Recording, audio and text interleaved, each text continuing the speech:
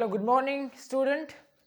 आज अपन बात करने वाले हैं एक बहुत ही इंटरेस्टिंग टॉपिक, रिपोर्टेड स्पीच।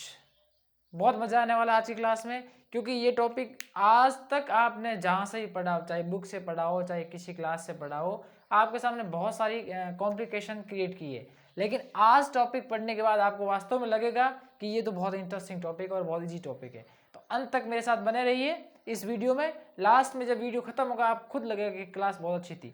चलिए शुरू करते हैं आज का टॉपिक, रिपोर्टेड स्पीच। ये जो रिपोर्टेड स्पीच होता है वो मेनली इसके दो टाइप्स होते हैं। एक होता है डायरेक्ट नरेशन बोलते हैं, और दूसरा होता है इनडायरेक्ट नरेशन। जो आपके एग्जाम में आता है वो क्वेश्चन होता है डायरेक्ट का, और डायरेक्ट से आपको चेंज करना होता है इनडायरेक्ट में। जब आप डायरेक्ट से इनडायरेक्ट में चेंज करोगे तब आपको कुछ रूल्स की पालना करनी पड़ेगी, कुछ पैटर्न होंगे, कुछ शर्तें होगी, कुछ कंडीशंस होगी, उसके अकॉर्डिंग आप चेंज करेंगे। तो वो कौन सी कंडीशंस है उसको आज अपन डिटेल से पढ़ने वाले हैं। सबसे पहले अपन बात करेंगे डायरेक्ट स्पीच की। जो ये डायरेक्ट नरेशन होता है या इसको डायरेक्ट स्पीच बोलते हैं, डायरेक्ट स्पीच। ये डायरेक्ट स्पीच भी दो प्रकार का होता है। पहले बात की थी रिपोर्टेड स्पीच, इसके दो प्रकार, डायरेक्ट इनडायरेक्ट। अब डायरेक्ट स्पीच होता है वो दो प्रकार, यानी इसके दो पार्ट होते हैं। कौन सा? एक होता है रिपोर्टिंग वर्ब, रिपोर्टिंग वर्ब, और दूसरा होता है रिपोर्टेड स्पीच। रिपोर्टिंग वर्ब और रिपोर्टेड स्पीच। जब डायरेक्ट से इनडायरेक्ट में जाते हैं तो कुछ चेंज रिपोर्टिंग वर्ब में भी होते हैं, लेकिन जो मेन और इम्पोर्टेंट चेंज होते हैं वो होते हैं रिपोर्टेड स्पीच के अंदर। इसमें तो बहुत कम होते हैं, कभी कभी इसमें कोई चेंज भी नहीं होता है। जब इसमें चेंज नहीं होता है तो इसमें भी नहीं होता है। कुछ शर्तें होती है, वो क्या होती है वो अभी अपन पढ़ेंगे। पहले देख लेते हैं कि रिपोर्टिंग वर्ब कौन सा होता है और रिपोर्ट स्पीच कौन सा होता है। जब आप कभी भी कोई सेंटेंस देखोगे तो आपके सामने कुछ ऐसी कंडीशन रहेगी, ये आपके सामने कंडीशन रहेगी। इधर एक सेंटेंस होगा, फिर कोमा लग रखी होगी, फिर आपका एक इन्वर्टेड कोमास में बंद सेंटेंस आपको और मिलेगा। तो जो सेंटेंस इन्वर्टेड कोमा से बाहर है वो तो कहलाता है रिपोर्टिंग वर्ब, और जो सेंटेंस इन्वर्टेड कोमा के अंदर बंद है वो कहलाता है रिपोर्टेड स्पीच। क्लियर? अब अपन बात करेंगे जब डायरेक्ट सेंटेंस को इनडायरेक्ट में चेंज करेंगे तब कौन कौन से नियमों का ध्यान रखना है उनकी अपन बात करेंगे। साथ साथ में कॉपी में राइट डाउन करते रहना ताकि वीडियो को बार बार देखना नहीं पड़े। चलिए शुरू करते हैं डायरेक्ट से इनडायरेक्ट बदलने के rule. Rule of changing direct to indirect. Direct से इनडायरेक्ट में बदलने के नियम। सबसे पहला नियम क्या होता है? रिपोर्टिंग वर्ब में चेंज करना। फर्स्ट, आरवी में चेंज, यानी रिपोर्टिंग वर्ब में कुछ आपको चेंज करना पड़ता है। सबसे पहले अपन बात करते हैं सरल वाक्यों की, यानी अफर्मेटिव सेंटेंस। आरवी में क्या चेंज होता है? खास तौर से ये होता है कि रिपोर्टिंग वर्ब में कुछ वर्ड्स आ रखे होते हैं, जैसे आपके सामने से आ गया, टू भी साथ में रहता है, से टू आ गया, और सेज टू आ गया, या फिर सेड टू आ गया। यदि आपके सामने इनमें से कोई भी एक सेंटेंस, एक वर्ड आ गया किसमें? रिपोर्टिंग वर्ब में, तो जब आप इनडायरेक्ट में जाओगे तो से टू के स्थान पर हो जाएगा टेल, सेज टू के स्थान पर टेल्स, और सेड टू के स्थान पर टोल्ड। ये चेंज होगा। यदि मान लो अकेला से है, इसके बाद ऑब्जेक्ट नहीं है, तो फिर ये चेंज नहीं होता है, एज इट इज रहता है। लेकिन इसके बाद टू आ रखा है, कोई ऑब्जेक्ट है, इसका मतलब वो चेंज हो किस में जाएगा? टेल में। केवल अपन सरल वाक्य की बात कर रहे हैं। इंट्रोगेटिव में इसमें अलग होता है, इंपेरेटिव में अलग होता है। अभी बात कर रहे हैं एफर्मेटिव सेंटेंस की। तो इनमें से कोई वर्ड आ गया तो इनडायरेक्ट में समय इसमें चेंज हो जाएगा। दूसरा रूल है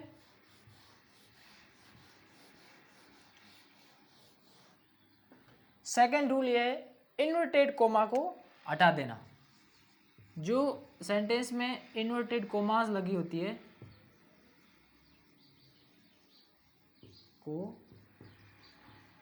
हटाना, इन्वर्टेड कोमा को वहां से रिमूव कर देना है सेंटेंस से। और थर्ड है दोनों सेंटेंस कौन से, रिपोर्टिंग वर्ब और रिपोर्टेड स्पीच, दोनों सेंटेंस को दैट से जोड़ना। किससे जोड़ना, दैट से। सरल वाक्यों में है ये, इंट्रोगेटिव अलग रहेगा, इंपेरेटिव अलग रहेगा, दैट से दोनों वाक्यों को जोड़ दिया। अब चौथा और मोस्ट इंपॉर्टेंट चेंज करना है, वो ये चेंज करना है आपको प्रोनाउन बदलना। प्रोनाउन बदलना, प्रोनाउन चेंज करना। जब अपन ने पैसिव पढ़ा था उस समय एक इंडेक्स बनाई थी पर्सनल प्रोनाउन की, और उसमें मैंने बताया भी था ये होते हैं फर्स्ट पर्सन के, ये सेकंड पर्सन के, ये थर्ड पर्सन के। फिर अपन बात करेंगे इसमें, लेकिन डिटेल पढ़ने के लिए आप वहां से उस वीडियो को वॉच आउट कर सकते हैं। अब देखो प्रोनाउन कैसे चेंज करना है, बहुत इंटरेस्टिंग है, थोड़ा समझने का प्रयास करना पड़ेगा। आपके सामने एक ये इस प्रकार की ट्रिक के रूप में रहेगा। SON, शन का मतलब पुत्र, SUN सन का मतलब सूर्य होता है। First, second, third. First second third का मतलब है फर्स्ट पर्सन के प्रोनाउन, सेकंड पर्सन का प्रोनाउन, थर्ड पर्सन का प्रोनाउन। अब फर्स्ट पर्सन में कौन कौन आते हैं पहले बता रखा है, फिर बात कर लेते हैं। I और V आते हैं फर्स्ट पर्सन में, सेकंड पर्सन में आता है यू, और थर्ड पर्सन में I V U के अलावा जितने भी बच गए वो सारे थर्ड पर्सन में। कोई व्यक्ति का नाम है तो वो भी आता है थर्ड पर्सन में, जितने पीछे बच गए वो सारे थर्ड पर्सन में। I V U ये तो हो गए फर्स्ट और सेकंड में, थर्ड में ही से इट दे, और कोई व्यक्ति का नाम है तो थर्ड पर्सन के अंतर्गत आता है। अब ध्यान से देखना, इस चीज को बार बार देखोगे तब समझ में आएगा। यदि डायरेक्ट स्पीच में फर्स्ट पर्सन का प्रोनाउन आ रखा है तो आप रिपोर्टिंग वर्ब के सब्जेक्ट के अकॉर्डिंग बदलोगे। फर्स्ट पर्सन का प्रोनाउन है तो रिपोर्टिंग वर्ब के सब्जेक्ट के अकॉर्डिंग चेंज होगा। यदि सेकंड पर्सन का प्रोनाउन है तो रिपोर्टिंग वर्ब के ऑब्जेक्ट के अकॉर्डिंग चेंज होगा। कभी कभी ऑब्जेक्ट नहीं होता है तो फिर चेंज नहीं होता है, या फिर अंडरस्टूड के अकॉर्डिंग करते हैं उसको। सेकंड पर्सन का तो ओ का मतलब ऑब्जेक्ट के अकॉर्डिंग। यदि रिपोर्टिंग वर्ब में रिपोर्टेड स्पीच में थर्ड पर्सन के प्रोनाउन आ गए तो उसमें एन का मतलब नो चेंज, कोई बदलाव नहीं होता है, एज इट इज लिखना होता है। दोबारा देखो, फर्स्ट पर्सन के प्रोनाउन तो रिपोर्टिंग वर्ब के सब्जेक्ट के अकॉर्डिंग, सेकंड पर्सन है तो ऑब्जेक्ट के अकॉर्डिंग, थर्ड पर्सन है तो नो चेंज, कोई बदलाव नहीं होता है थर्ड पर्सन के प्रोनाउन में। अब इसमें दिक्कत सिर्फ इतनी आती है कि आपको ये सारे फिंगर्स पे लर्न किए होना चाहिए कि फर्स्ट पर्सन में कौन है, सेकंड में कौन है, फिर सारे पीछे बचे हुए थर्ड पर्सन में चले जाते हैं। अब देखो अगला चेंज क्या है, चेंज नंबर 5। फिफ्थ चेंज आपके सामने रहेगा,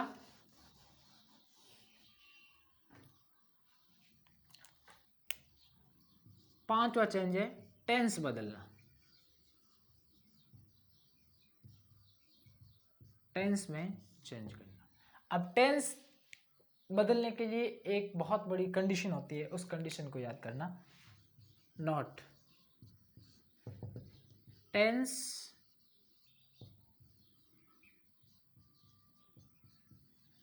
तब ही बदला जाएगा जब रिपोर्टिंग वर्ब में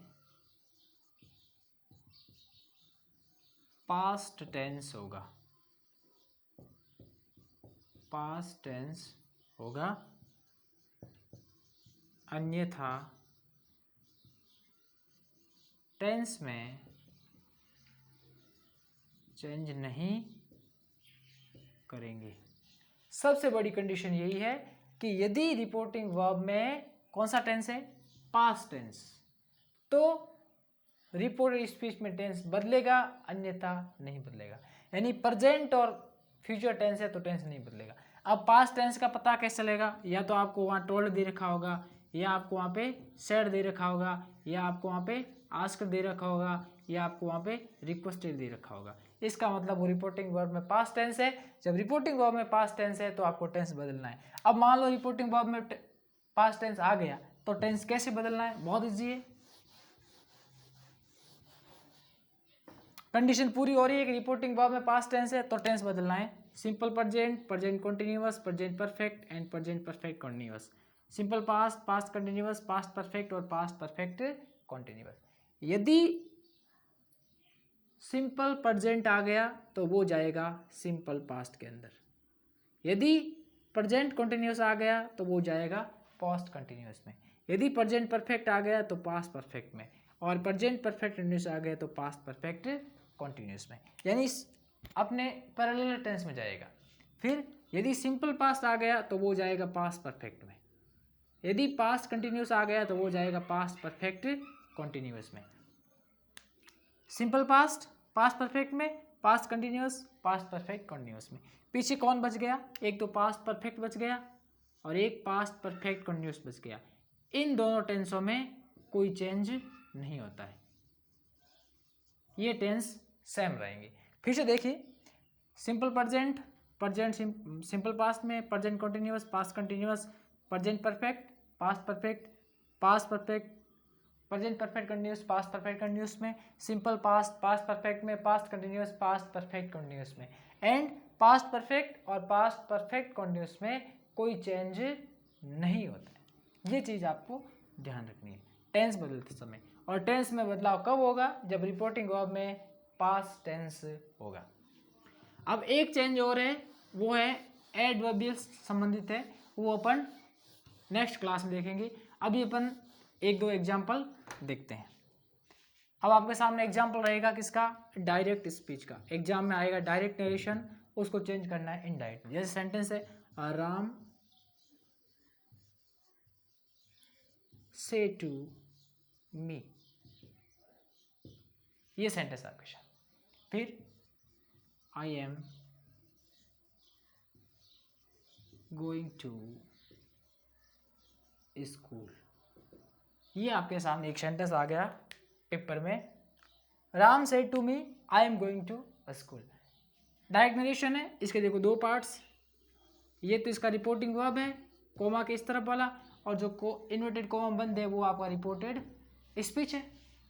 अब सबसे पहले क्या करना है, जो आपका ये सब्जेक्ट है इसका और ये इसका ऑब्जेक्ट है, ये भी आपको ध्यान रखना है। ऑल फर्स्ट, राम से टू किस में जाएगा, टेल में। टेल ऑब्जेक्ट का ऑब्जेक्ट आ गया मी। अब इन्वर्टेड कोमा यहाँ से हटा देंगे, दोनों वाक्यों को किससे जोड़ देंगे, दैट से जोड़ देंगे। ये जोड़ दोनों वाक्यों को दैट से। फिर प्रोनाउन चेंज करना है, ये आई आ गया। आई किस पर्सन का प्रोनाउन है, फर्स्ट पर्सन का। तो पैटर्न याद रखो, SON फर्स्ट पर्सन सब्जेक्ट के अकॉर्डिंग। सब्जेक्ट कौन है, राम। आई जाएगा राम के अकॉर्डिंग चेंज होने। ये आई कौन सी फॉर्म है, फर्स्ट फॉर्म है, तो राम का मतलब ही, तो क्या आ जाएगा, ही। जो ये फॉर्म होती है वो फॉर्म इस चीज़ की आती है, यानी ये आई फर्स्ट पर्सन का था तो अकॉर्डिंग टू सब्जेक्ट चेंज होगा। सब्जेक्ट राम है, राम का मतलब ही। अब ये फर्स्ट फॉर्म था तो ही की फर्स्ट फॉर्म ही। अब टेंस बदलना है, लेकिन बाहर प्रेजेंट टेंस है, इसका मतलब टेंस नहीं होगा, एज इट इज रहेगा। यहाँ पर सब्जेक्ट आई था इसलिए एम आ गया, अब सब्जेक्ट ही हो गया तो क्या आएगा, इज गोइंग टू स्कूल। अब मान लो यही सेंटेंस ऐसा होता जिसके अंदर टेंस चेंज करना होता। सपोज दैट कि राम से के स्थान पर मान लो सेड कर देते अपन, अभी तो क्या था, से। अब यहाँ पे अपन सेड मान के चलते हैं, फिर उसको चेंज करेंगे। तो ये चेंज कैसे होगा, राम का राम रहेगा, सेड टू के स्थान पर हो जाएगा टोल्ड। फिर मी, दोनों वाक्यों किसे जोड़ देंगे, दैट से जोड़ देंगे। फिर आई के स्थान पर हो जाएगा ही। अब टेंस चेंज करना है, क्योंकि बाहर के वाक्य में पास्ट टेंस है। जब टेंस चेंज करेंगे तो ये एम आ रखा है, एम किस टेंस का है, प्रेजेंट कॉन्टिन्यूअस का। ये जाएगा पास्ट कॉन्टिन्यूअस में, तो ई के स्थान पे क्या आ जाएगा, watch going to school. Is that clear. अब अपन नेक्स्ट क्लास में देखेंगे इंट्रोगेटिव सेंटेंस, फिर इम्परेटिव सेंटेंस, 2-3 क्लासों में ये चैप्टर आपका कम। Thank you so much.